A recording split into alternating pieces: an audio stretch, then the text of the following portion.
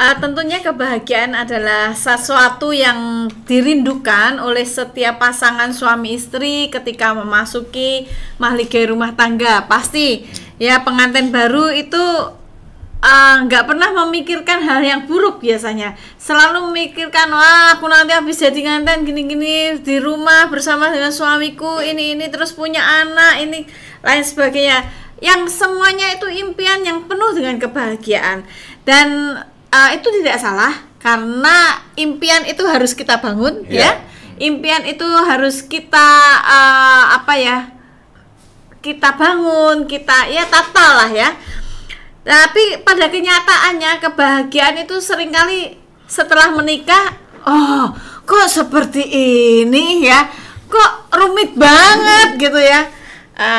Ada beberapa hal yang saya coba catat itu berdasarkan apa yang saya alami secara pribadi maupun dari pengamatan saya. Yang pertama, untuk menjadi keluarga yang bahagia, menjadi keluarga yang rumah tangga yang memiliki kebahagiaan, kita harus memiliki kelemah lembutan di dalam rumah tangga, tidak saling mengeraskan hati, berbicara dengan nada dan intonasi yang lemah lembut. Saya secara pribadi itu belajar untuk memiliki kelemah lembutan. Saya bukan orang yang gampang sekali untuk lemah lembut, seringkali mengeraskan hati. Dulu seringkali ketika suami ngapa gitu ya. Dulu itu belum lama sebetulnya. Pengantin baru itu ya. Oke. Jadi 30 sampai 15 tahun yang lalu lah ya. Itu saya seringkali mengeraskan hati.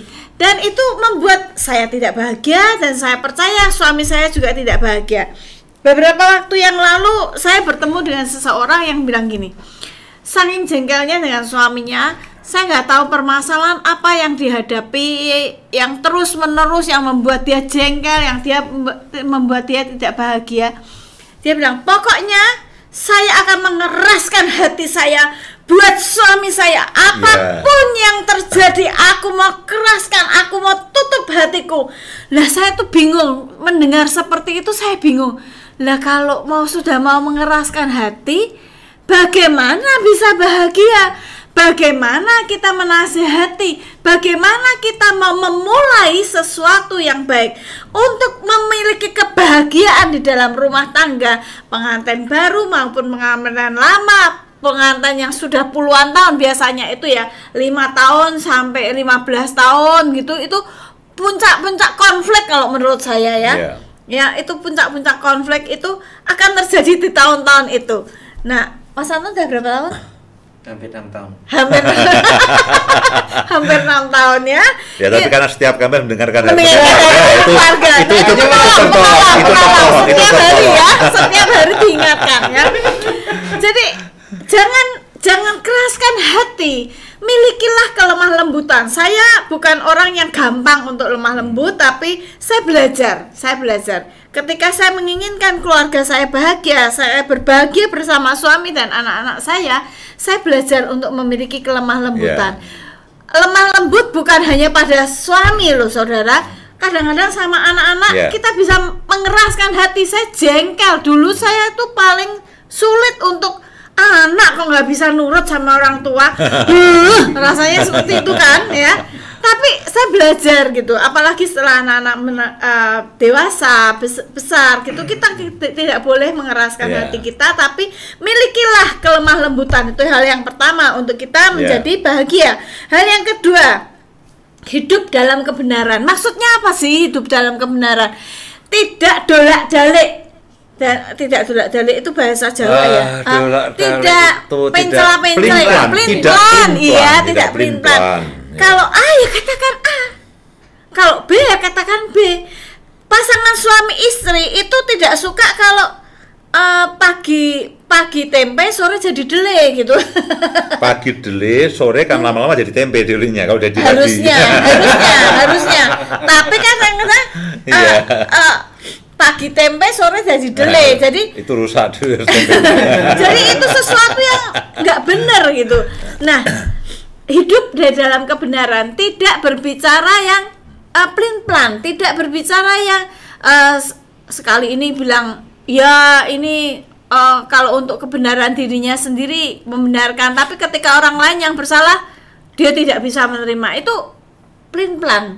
Kita harus memiliki kebenaran, standar yang benar gitu ya, bagaimana seharusnya. Nah, kalau untuk diri sendiri kita bisa memaafkan kesalahan, tapi ketika anak kita atau suami kita atau istri kita melakukan kesalahan yang sama, kita bisa uncet, bisa apa ya? Bisa uncet tuh, salah-salahkan gitu.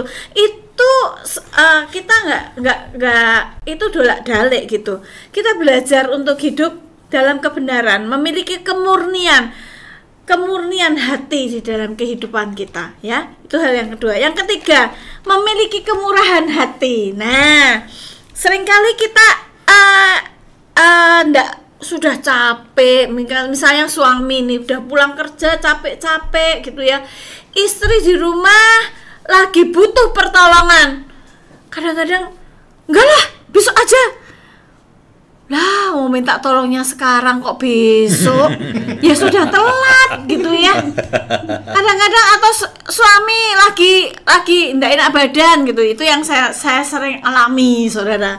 Lagi nggak enak badan minta dikerokin, padahal saya tuh juga capek gitu. Masa? Saya nggak. Oh ya, bisa capek ya? Saya pikir nggak pernah bisa capek. Beliaunya minta aku kerokin dong gitu ya, saya nggak bisa, saya bilang besok aja kerokannya, ya nggak enak masuk kan? anginnya masuk sekarang, besok aja sekarang. Pagi. Mungkin hal-hal kecil gitu ya, permintaan tolong apa, miliki kemurahan hati, miliki oke lah, aku mau lakukan ini buat kamu. Oh, aku baru sadar ternyata kamu tuh murah hati ya. Terima kasih. Baru sadar, ya, ternyata kamu baik.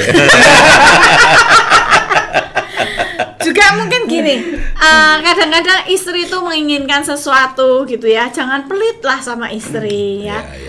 Seringkali saya ngomong kapan hari saya itu saya suka sesuatu gitu, barang sesuatu yang saya pakai itu nyaman sekali gitu. Terus saya cari udah mungkin 2-3 tahun cari ya, nggak ketemu barang itu. Lah kemarin ketemu, saudara, itu saya mau ceritakan kemurahan hati suami saya. Saya belikan 4. Saya bilang, Pak, ini mumpung ada, persis seperti yang aku inginkan ya, yang sudah bertahun-tahun. Ya, tolong cepat. Aku beli ya, beli 1 seri. Miliki kemurahan hati. Kadang-kadang jangan masa gitu aja, bukan yang di rumah masih, iya di rumah masih, tapi nyarinya tuh aku udah 3 tahun nih nggak ketemu, baru sekarang nemu, jadi mumpung nemu tak beli 1 seri. Kadang-kadang kita butuhkan kemurahan hati dari pasangan kita. Coba kalau dia bilang nggak usah 1 aja gitu, saya kan bingung mau milih yang mana, warna apa gitu kan, jadi kebahagiaan bisa berkurang itu. Ya, bukan kebahagiaan berkurang, itu contoh sepanjang jalan bisa cucu. Itu contoh Bapak Ibu Saudara semuanya ya. Hal yang keempat, memiliki hati yang murni dalam segala hal yang kita lakukan. Tidak ada udang di balik batu. Nah, kalau ada udang di balik batu, pasangan kita tuh lama-lama niteni, oh dia baik, ada maunya. Padahal kita, kalau mau seperti itu membuat kita jengkel, membuat kita ndak lah, wong memang pengen sesuatu ngapain sih nggak jujur aja. Nah, miliki kemurnian hati, ngomong jujur gitu, jangan ada udang di balik batu, melakukan yang baik karena ada maunya. Pasangan lama-lama akan tahu dan merasa dimanfaatkan. Kalau orang pasangan kita merasa dimanfaatkan, jengkel, saudara. Pertama, kedua nggak apa-apa mungkin, tapi lama-lama juga jadi jengkel, akan timbul jengkel, rasa nggak suka, rasa lain kali kalau ketika mulai baik-baik gitu, kita sudah ting radarnya udah bilang, alah paling mau sesuatu yang mau sesuatu nih gitu ya. Jadi kalau kita melakukan sesuatu, miliki kemurnian hati, jangan karena kita menginginkan yang lain, terus kita muter dulu, nah itu nggak murni ya. Hal yang terakhir, yang kelima, memiliki komitmen untuk menjadi pembawa damai di dalam keluarga. Jangan menjadi orang yang berperan antagonis. Kalau kita lihat sinetron ya, kan banyak itu. Memang pemain sinetron antagonis itu lebih terkenal dari yang baik-baik. Mungkin juga bayarannya mahal ya. Tapi kan kita nggak mau jadi pemeran antagonis di dalam rumah tangga kita, karena kita akan dimusuhi oleh keluarga kita, oleh anak, istri, suami, mungkin mertua juga, mungkin tetangga juga. Jadi milikilah. Saya kemarin baru bertemu dengan seseorang. Terus menceritakan seseorang ya, istrinya ini dengan tetangga nggak bisa rukun, selalu antagonis, sama suami juga antagonis, sama keluarga yang lain juga antagonis.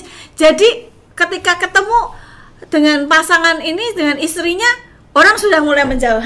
Nggak usah lah, nggak usah terlalu banyak bicara. Suaminya juga ngomong, aku nggak tahan karena istri yang selalu berperan antagonis.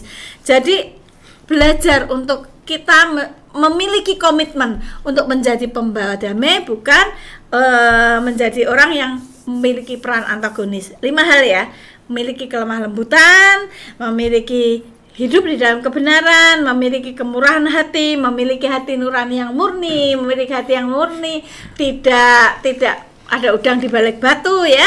Dan kemudian yang kelima, memiliki komitmen untuk menjadi pembawa damai.